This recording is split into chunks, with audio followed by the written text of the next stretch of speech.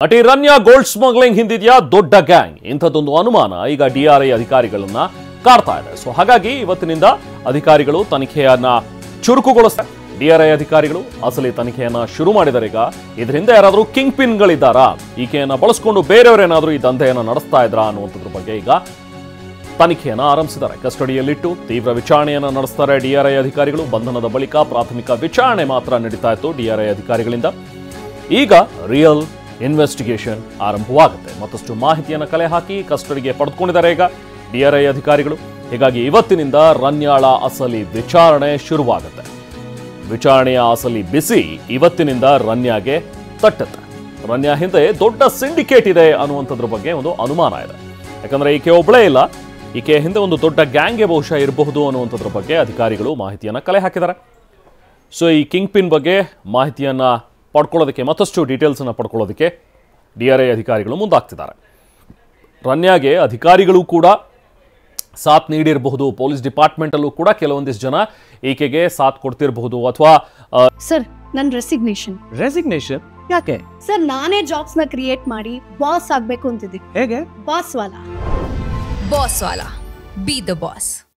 Airport authority ಏನಿದೆ, ಏರ್ಪೋರ್ಟ್ನಲ್ಲಿರುವಂತಹ ಒಂದಷ್ಟು ಜನ ಸಿಬ್ಬಂದಿ ಅವರು ಕೂಡ ಏನಾದರೂ ಶಾಮೀಲಾಗಿದ್ದಾರಾ, ಅವರಿಂದನೂ ಕೂಡ ಅವರ ಹೆಲ್ಪ್ ಇಲ್ದಲೇ ಈಕೆ ಇಷ್ಟೊಂದು ಪ್ರಮಾಣದಲ್ಲಿ ಚಿನ್ನವನ್ನು ಸಾಗಾಟ ಮಾಡೋದಕ್ಕೆ ಹೇಗೆ ಸಾಧ್ಯ ಅನ್ನುವಂಥದ್ರ ಬಗ್ಗೆನೂ ಕೂಡ ಅನುಮಾನಗಳಿವೆ. ಇದೆಲ್ಲದರ ನಿಟ್ಟಿನಲ್ಲಿ ಡಿಆರ್ಐ ಅಧಿಕಾರಿಗಳು ಈಗ ತನಿಖೆಯನ್ನು ಮಾಡ್ತಾ ಇದ್ದಾರೆ. ಇವತ್ತಿನಿಂದ ಅಸಲಿ ತನಿಖೆ ಶುರುವಾಗುತ್ತೆ. ಡಿಆರ್ಐ ಕಚೇರಿಯಲ್ಲಿ ರನ್ಯಾಳನ್ನು ಕೂರಿಸಿ ಇವತ್ತು ಪ್ರಶ್ನೆಗಳ ಸುರಿಮಳೆ ಇರುತ್ತೆ. ಅದೆಲ್ಲದಕ್ಕೂ ಕೂಡ ರನ್ಯಾ ಏನು ಉತ್ತರವನ್ನು ಕೊಡ್ತಾಳೆ ಅನ್ನೋದು ತುಂಬ ಇಂಟ್ರೆಸ್ಟಿಂಗ್. ಸೊ ರನ್ಯಾ ಹಿಂದಿನ ಸಿಂಡಿಕೇಟ್ ಪತ್ತೆ ಹಚ್ಚೋದಕ್ಕೆ ಡಿಆರ್ಐ ಅಧಿಕಾರಿಗಳು ಈಗ ಮುಂದಾಗ್ತಾ ಇದ್ದಾರೆ. ದುಬೈನಿಂದ ಇದುವರೆಗೂ ಎಷ್ಟು ಬಾರಿ ಈಕೆ ಚಿನ್ನ ತಂದಿದ್ದಾಳೆ, ಎಷ್ಟು ಬಾರಿ ಈಕೆ ದುಬೈ ಪ್ರವಾಸ ಮಾಡಿದ್ಲು, ಬರೀ ದುಬೈ ಮಾತ್ರನ, ಬೇರೆ ಭಾಗಗಳಿಂದ ಏನಾದರೂ ಈಕೆ ಚಿನ್ನ ಸಾಗಾಟ ಮಾಡಿದಾಳ, ಈ ಚಿನ್ನ ತೊಗೊಂಡು ಬಂದು ಯಾರಿಗೆ ಕೊಟ್ಟಿದ್ದಾಳೆ, ಅಥವಾ ಯಾರಾದರೂ ಬೇರೆಯವ್ರ ಈಕೆಯನ್ನು ಬಳಸ್ಕೊಂಡಿದ್ದಾರೆ ಚಿನ್ನವನ್ನು ಸಾಗಾಟ ಮಾಡೋದಕ್ಕೆ, ಇಂಥ ಸಾಕಷ್ಟು ಪ್ರಶ್ನೆಗಳಿವೆ. ಈಗಾಗಲೇ ರನ್ಯಾ ಮೊಬೈಲ್ ಮತ್ತು ಲ್ಯಾಪ್ಟಾಪ್ ಇದೆಲ್ಲವೂ ಕೂಡ ವಶಕ್ಕೆ ಪಡ್ಕೊಂಡಿದ್ದಾರೆ. ಆ ಲ್ಯಾಪ್ಟಾಪ್ ಮತ್ತು ಮೊಬೈಲ್ನಲ್ಲಿ ಒಂದಷ್ಟೇನಾದರೂ ಮಾಹಿತಿ ಸಿಗಬಹುದಾ ಅಂಥೇಳಿ ಕಲೆ ಹಾಕಿದ್ದಾರೆ. ಮನೆಯಲ್ಲಿ ಸಿಕ್ಕಿರುವಂಥ ಹಣ ಮತ್ತು ಚಿನ್ನದ ಮೂಲ, ಇದ್ರ ಬಗ್ಗೆನೂ ಕೂಡ ವಿಚಾರಣೆ ನಡೆಯುತ್ತೆ. ಕೋಟಿ ಕೋಟಿ ಲೆಕ್ಕದಲ್ಲಿ ಕ್ಯಾಶ್ ಮತ್ತು ಗೋಲ್ಡ್ ಸಿಗುತ್ತೆ ಅಂತ ಹೇಳಿದ್ರೆ ಅಷ್ಟೊಂದನ್ನು ಯಾಕೆ ಈಕೆ ಹೀಗೆ ಮನೆಯಲ್ಲಿ ಇಟ್ಕೊಂಡಿದ್ಲು? ಜೊತೆಗೆ ಈಕೆ ಏರ್ಪೋರ್ಟಿಂದ ಬರುವಾಗಲೂ ಕೂಡ ಈಕೆ ರೆಡ್ ಹ್ಯಾಂಡ್ ಆಗಿ ಸಿಕ್ಕಾಕೊಂಡಿರುವಂಥದ್ದು. ಆಕೆಯ ಬಳಿ ಸಿಕ್ಕಿರುವಂಥ ಒಂದು 14.8 kg ಚಿನ್ನ, ಇದೆಲ್ಲದರ ಮೂಲವನ್ನು ಈಗ ಕೆದಕ್ತಾ ಇದ್ದಾರೆ ಅಧಿಕಾರಿಗಳು. ರನ್ಯಾ ಹಿಂದಿನ ಸಿಂಡಿಕೇಟನ್ನು ಪತ್ತೆ ಹಚ್ಚೋದಕ್ಕೆ ಡಿಆರ್ಐ ಅಧಿಕಾರಿಗಳು ಈಗ ಮುಂದಾಗ್ತಾ ಇದ್ದಾರೆ. ಎಷ್ಟು ಬಾರಿ ಈಕೆ ದುಬೈಗೆ ಹೋಗಿದ್ಲು, ದುಬೈನಿಂದ ಎಷ್ಟು ಸಾರಿ ಈಕೆ ಚಿನ್ನ ತಂದಿದ್ದಾಳೆ, ಯಾರಿಗೆ ಕೊಟ್ಟಿದ್ದಾಳೆ ಇಲ್ಲಿ ಬೆಂಗಳೂರಿನಲ್ಲಿ, ಅಥವಾ ಯಾರು ಈಕೆಯನ್ನು ಕಳಿಸಿ ಚಿನ್ನ ಸಾಗಾಟ ಮಾಡಿಸ್ತಾ ಇದ್ರು. ಈಗಾಗಲೇ ರನ್ಯಾ ಮೊಬೈಲ್ ಮತ್ತು ಲ್ಯಾಪ್ಟಾಪ್ ಇದೆಲ್ಲವನ್ನೂ ಕೂಡ ವಶಕ್ಕೆ ಪಡೆದುಕೊಂಡು ಏನಾದರೂ ಚಾಟಿಂಗ್ಸ್ ಇದೆಯಾ, ಏನಾದರೂ ಡೀಟೇಲ್ಸ್ ಸಿಗಬಹುದಾ ಅನ್ನೋಂಥದ್ರ ಬಗ್ಗೆನೂ ಕೂಡ ಮಾಹಿತಿಯನ್ನು ಕಲೆ ಹಾಕ್ತಿದ್ದಾರೆ ಡಿಆರ್ಐ ಅಧಿಕಾರಿಗಳು. ಸೊ ಒಟ್ಟಲ್ಲಿ ರನ್ಯಾ ಬರೀ ಒಬ್ಬಳೇ ಅಲ್ಲ, ಈಕೆ ಒಬ್ಬಳೇ ಹೋಗಿ ಇಷ್ಟು ಪ್ರಮಾಣದಲ್ಲಿ ಚಿನ್ನ ತಂದು ಇಲ್ಲಿ ಈಕೆ ಮಾರಾಟ ಮಾಡೋದು ಅಥವಾ ಇನ್ಯಾರಿಗೋ ಗೋಲ್ಡ್ ಜ್ಯುವೆಲ್ರಿ ಶಾಪ್ಗಳಿಗೆ ಕೊಡುವಂಥದ್ದು ಆ ಥರದ್ದು ನಡೆದಿಲ್ಲ. ಇದು ಬಹುಶಃ ಇದ್ರ ಹಿಂದೆ ಒಂದು ದೊಡ್ಡ ಜಾಲನೇ ಇದೆ ಅನ್ನುವಂಥದ್ರ ಬಗ್ಗೆ ಅನುಮಾನಗಳು ಇವೆ. ಮತ್ತಷ್ಟು ಡೀಟೇಲ್ಸ್ ಕೊಡೋದಕ್ಕೆ ನಮ್ಮ ಪ್ರತಿನಿಧಿ ಪ್ರದೀಪ್ ನನ್ನ ಜೊತೆಗೆ ಈಗ ಜಾಯ್ನ್ ಆಗ್ತಾ ಇದ್ದಾರೆ. ಪ್ರದೀಪ್, ಈಗ ಇದುವರೆಗೂ ಒಂದು ಪ್ರಾಥಮಿಕ ಮಾಹಿತಿಯನ್ನು ಮಾತ್ರ ಕಲೆ ಹಾಕ್ತಾ ಇದ್ದಂತಹ ಡಿಆರ್ಐ ಅಧಿಕಾರಿಗಳಿಗೆ ಮತ್ತೆ ಸುಪರ್ದಿಗೆ ಪಡೆದಿದ್ದಾರೆ, ಕಸ್ಟಡಿಗೆ ಪಡ್ಕೊಂಡಿದ್ದಾರೆ. ಇನ್ನು ಮುಂದೆ ಒಂದು ಅಸಲಿ ವಿಚಾರಣೆ ಆರಂಭವಾಗುತ್ತೆ ಅಂತ ಅನ್ಸುತ್ತೆ. ಸಹಜ, ಇದನ್ನು ನೋಡಿದ ತಕ್ಷಣ ರನ್ಯಾ ಹತ್ರ ಇಷ್ಟೊಂದು ಪ್ರಮಾಣದ ಚಿನ್ನ, ಹಣ ಮತ್ತೆ ಸಿಕ್ಕಿದೆ ಅಂತ ಅನ್ಸಿದ್ರೆ ಈಕೆ ಒಬ್ಬಳೇ ಅಂತೂ ಇಲ್ಲ, ಈಕೆ ಹಿಂದೆ ಒಂದಷ್ಟು ಜನ ಇರ್ಬೋದು, ಅಥವಾ ಒಂದು ದೊಡ್ಡ ಸಿಂಡಿಕೇಟ್ ಅಥವಾ ಗ್ಯಾಂಗೇ ಇರ್ಬೋದು. ಈ ಥರದ ಅನುಮಾನಗಳು ಬಹುಶಃ ಅಧಿಕಾರಿಗಳು ಕೂಡ ಇದ್ದೇ ಇರುತ್ತೆ. ಏನು ಇನ್ಸೈಟ್ಸ್ ಲಭ್ಯವಾಗ್ತಾ ಇದೆ ಪ್ರದೀಪ್?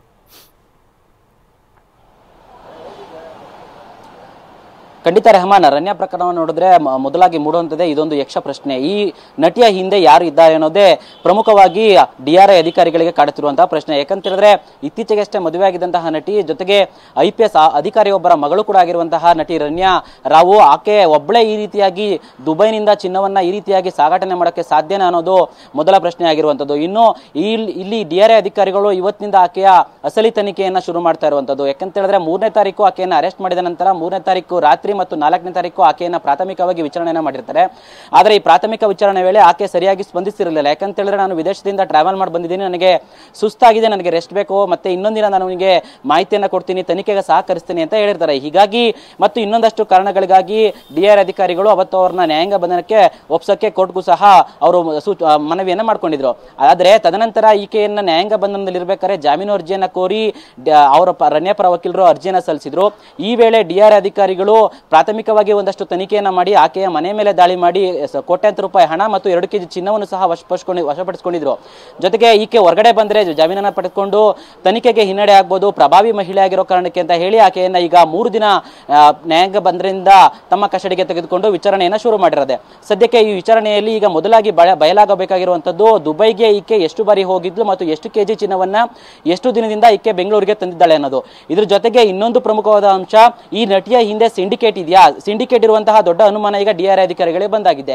ಹೀಗಾಗಿ ಆ ಸಿಂಡಿಕೇಟ್ ನಲ್ಲಿ ಇರುವವರು ಯಾರು, ಈಕೆಗೆ ಸಹಕಾರ ನೀಡ್ತಿದ್ದವರು ಯಾರು, ಅದರಲ್ಲೂ ಸಹ ಈಕೆ ಕಸ್ಟಮ್ ಅಧಿಕಾರಿಗಳ ಕಣ್ತಪ್ಪಿಸಿ ಅಥವಾ ಕಸ್ಟಮ್ ಅಧಿಕಾರಿಗಳ ಅಥವಾ ಬೇರೆ ಅಧಿಕಾರಿಗಳು ಈಕೆಗೆ ಸಾಥ್ ಕೊಟ್ಟಿದ್ರೆ ಆ ಅಧಿಕಾರಿಗಳು ಯಾರು ಅನ್ನೋದು ಸಹ DRI ಅಧಿಕಾರಿಗಳಿಗೆ ಮೂಡಿರುವಂತಹ ಪ್ರಶ್ನೆ. ಹೀಗಾಗಿ ಆಕೆಯ ಬಳಿ ಇದ್ದಂತಹ ಮೊಬೈಲ್ ಮತ್ತೆ ಲ್ಯಾಪ್ಟಾಪ್ ಅನ್ನು ವಶಪಡಿಸಿಕೊಂಡಿರುವಂತಹ DRI ಅಧಿಕಾರಿಗಳು ಅಲ್ಲಿ ಪ್ರಮುಖ ವಿಚಾರಗಳು ಅಂದ್ರೆ ಪ್ರಮುಖ ಮಾಹಿತಿಗಳನ್ನ ಕಲೆ ಹಾಕಿದ್ದಾರೆ. ಹೀಗಾಗಿ ಆ ವಿಚಾರಗಳು ಜೊತೆಗೆ ಈಕೆಯ ಬಳಿ ಸಿಕ್ಕಿದಂತಹ 14.8 kg ಚಿನ್ನ, ಜೊತೆಗೆ ಮನೆಯಲ್ಲಿ ವಶಪಡಿಸಿಕೊಂಡ ಚಿನ್ನ, ನಗದು, ಇದೆಲ್ಲವನ್ನು ಆಕೆಯ ಮುಂದಿಟ್ಟು ಈಗ ಪ್ರಶ್ನೆಗಳನ್ನ ಶುರು ಮಾಡಿರೋದು. ಅಂದ್ರೆ ನಿನ್ನ ಹಿಂದೆ ಇರುವವರು ಯಾರು ಮತ್ತು ಈ ರೀತಿಯಾಗಿ ನಿನಗೆ ದುಬೈನಿಂದ ಬೆಂಗಳೂರಿಗೆ ಚಿನ್ನ ಸಾಗಿಸಲು ಸಹಕಾರ ನೀಡ್ತಿದ್ದವರು ಯಾರು, ಮತ್ತು ಅಥವಾ ಇದರ ಹಿಂದೆ ಕಿಂಗ್ ಪಿನ್ ಯಾರು ಇದೆಯಾ, ನಿಮ್ಮ ಹಿಂದಿನ ಸಿಂಡಿಕೇಟ್ ಯಾರಿದ್ದಾರೆ ಅನ್ನೋದ್ರ ಬಗ್ಗೆ ಇವತ್ತಿನಿಂದ ಆಕೆಯ ಬಳಿ ವಿಚಾರಣೆಯನ್ನ ಶುರು ಮಾಡಲಿದ್ದಾರೆ. ಒಟ್ಟಾರೆ IPS ಅಧಿಕಾರಿ ಮಗಳು ಕೂಡ ಆಗಿರುವಂತಹ ನಟಿ ರಣ್ಯಾರಾವ್ ವಿರುದ್ಧ ಇದ್ದಂತಹ ಆರೋಪಕ್ಕೆ ಸಂಬಂಧಪಟ್ಟಂತೆ DRI ಅಧಿಕಾರಿಗಳು ಇವತ್ತಿಂದ ಏನು ವಿಚಾರಣೆ ಪ್ರಾರಂಭ ಮಾಡ್ತಾರೆ, 3 ದಿನಗಳ ಕಾಲ ಆಕೆಯ ಕಸ್ಟಡಿಯಲ್ಲಿರುವಂತದ್ದು. 3 ದಿನದಲ್ಲಿ ಎಷ್ಟು ವಿಚಾರಗಳು ಬಯಲಾಗುತ್ತೆ ಅಥವಾ ಇವ್ರ ಹಿಂದೆ ಸಿಂಡಿಕೇಟ್ ಯಾವುದಿದೆ ಆ ವಿಚಾರಗಳು ಸಹ ಬಯಲಾಗುತ್ತೆ ಅನ್ನೋದು ಕುತೂಹಲವಾಗಿದೆ. Rehman, thank you Pradeep.